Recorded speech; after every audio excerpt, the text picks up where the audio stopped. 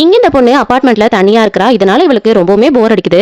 இவளும் பால்கனி கிட்ட நின்னுட்டு இருக்கும்போது அங்க பாட்டு சத்தம் கேக்குது. உங்களோட குரல் ரொம்ப சூப்பரா இருக்குன்னு சொல்றா. ஆனா எந்த பதிலுமே வரல. இந்த பொண்ணு சேம் அதே பிளேஸ்ல பால்கனில நின்னுக்கிட்டு எனக்கு கொரோனாவா இல்லையான்னு செக் பண்றதுக்கு தான் இங்க வச்சிருக்காங்க, உங்களுக்கும் அதே பிரச்சனையான்னு கேக்குறா. ஆனா எந்த ரிப்ளையுமே வர மாட்டேங்குது.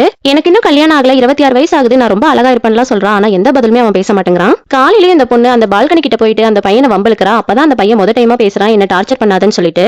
இந்த பொண்ணு என்னோட பேர் என்னன்னு சொல்லட்டுமான்னு கேக்குறா. அதுக்கு அந்த பையன் எதுவும் சொல்லாத அப்படின்னு சொல்லிடுறான்.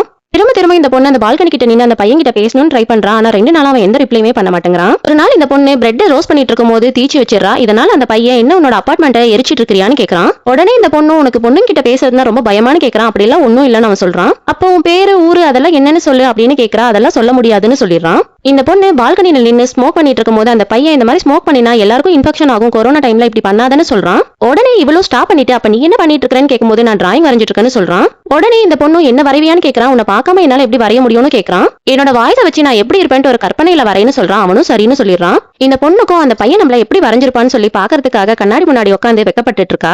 நெக்ஸ்ட் டே இந்த பொண்ணு அந்த பையனோட காலிங் பெல் அடிச்சுட்டு ஓடி வந்துடுறா. உடனே அந்த பையனும் எதுக்கு இந்த மாதிரி எல்லாம் பண்ற, காலிங் பெல்ல வேற யாருன்னா கை வச்சா கொரோனா ஸ்ப்ரெட் ஆகாதா, இனிமேல் இந்த மாதிரி பண்ணாதன்னு சொல்றான். என்ன பார்க்கணும்னு தோணுச்சுன்னா சொல்லு, நான் வரேன், டிஸ்டன்ஸ்ல நின்னு பாத்துக்கலாம், அப்படி இல்லைன்னா வீடியோ கால்ல பாத்துக்கலாம், இந்த மாதிரி எல்லாம் பண்ணாதன்னு சொல்றான். இந்த பொண்ணு நம்பர் தரத்துக்கு யோசிச்சுட்டு வீடியோ கால்லாம் வேணாம்னு சொல்லிடுறா. ஓகே லாக்டவுன்லாம் முடியட்டும், நான் கண்டிப்பா உன்னை நேர்ல வந்து பாக்குறேன்னு சொல்லிட்டு சத்தியம் பண்றான். அடுத்த நாள் இந்த பொண்ணு பால்கனி நின்னு பேசிட்டு இருக்கும்போது அந்த பையன் எனக்கு கொரோனா டெஸ்ட் எடுத்துருக்காங்க, நாளைக்கு ரிசல்ட் வரும்னு சொல்றான். இவங்க 2 பேருமே ஜாலியா அவங்களோட பழைய காதல் பத்தி பேசிட்டு இருக்காங்க.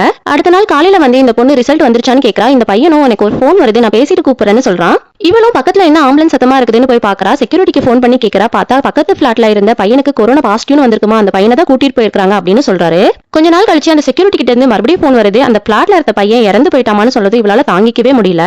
இவளால அதை கேட்கவே முடியல. ரொம்பவுமே ஃபீல் பண்ணி அழுறா. அவங்க அப்பா அம்மாவுமே கொரோனா லாக்டவுன் முடிஞ்சதும் வந்து இவளை கூட்டிட்டு போக வராங்க. அந்த பக்கத்து அபார்ட்மெண்ட்ல இருந்து எல்லா திங்ஸும் காலி பண்றாங்க.